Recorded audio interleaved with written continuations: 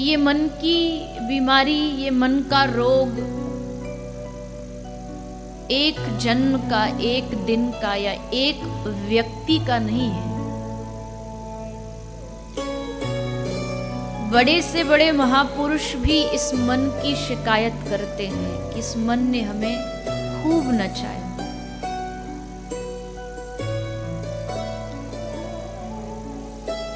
बाबा सूर ने कहा, नाचो बहुत गोपाल अब में,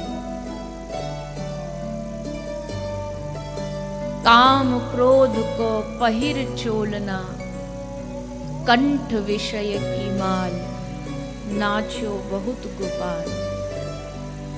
सूरदास जैसा महापुरुष कह रहा है, वो महापुरुष जिसके सामने बैठ करके बाल गोविंद उनके पदों का गायन सुनते थे, उनकी वाणी सुनते थे, वो कह रहा है नाचो बहुत गोपाल। मैं का मतलब शरीर नहीं, मन ही तो चक्कर में फंसा है। किंतु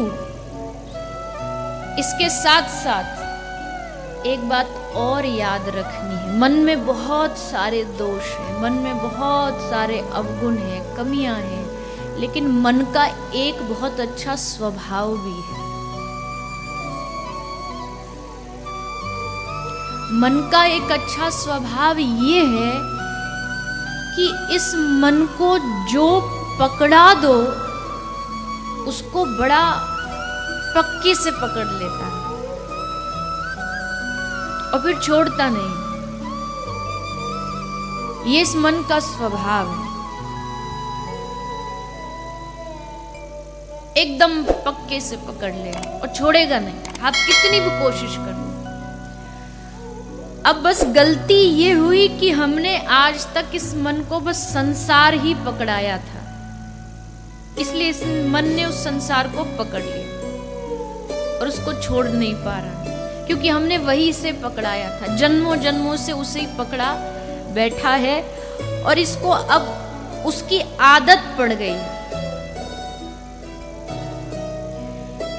ठीक उसी प्रकार जैसे इस मन को हमने संसार पकड़ाया था और अब छोड़ नहीं रहा, अगर हमने थोड़ा संत आश्रय, वैष्णव आश्रय लेकर के इस मन को भगवत भक्ति पकड़ा दी तो भी ये मन फिर छोड़ने वाला नहीं है।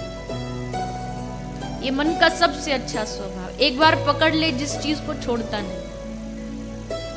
भक्ति पकड़ा दी, भगवत चरणारविंद पकड़ा दिए तो फिर ये छोड़ेगा नहीं, फिर पकड़े रखेगा।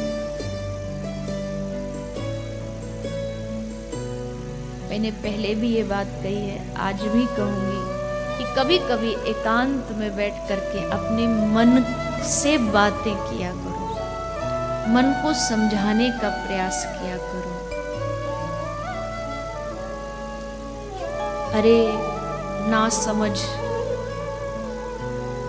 कब तक दौड़ेगा संसार में, कब तक धक्के खाएगा, कितनी ठोकरें खाने के बाद भी तुझे समझ नहीं आया कि एकमात्र श्री हरि तेरे हैं। कितना तपेगा तू इस संसार में रह के। मन जितना विषयों में घुसता है संसार में, उतना ही तपन महसूस करता है। बाहर से दिखता है हमको बड़ा सुख मिल रहा है, पर जो आंतरिक मन है वो उस सुख में भी तपन महसूस करता है, क्योंकि उस मन को उसका वास्तविक आनंद प्राप्त नहीं होता, इसलिए वो तपता है। जलन की ओर ये मन बढ़ रहा है, पता है कि उस तरफ गड्ढा है, पता है मैं यहाँ जाऊंगा तो आग से जलूंगा। रे मन तू उधर ही क्यों भागता है, क्यों जलने के लिए तैयार है, क्यों तू शीतलता की ओर नहीं जाता है, क्यों उसी तपन की ओर बढ़ता जा रहा है। वहां जाके तुझे कुछ प्राप्त नहीं होगा, केवल और केवल ताप के अलावा, दुखों के अलावा, आसक्ति के अलावा, धक्कों के अलावा।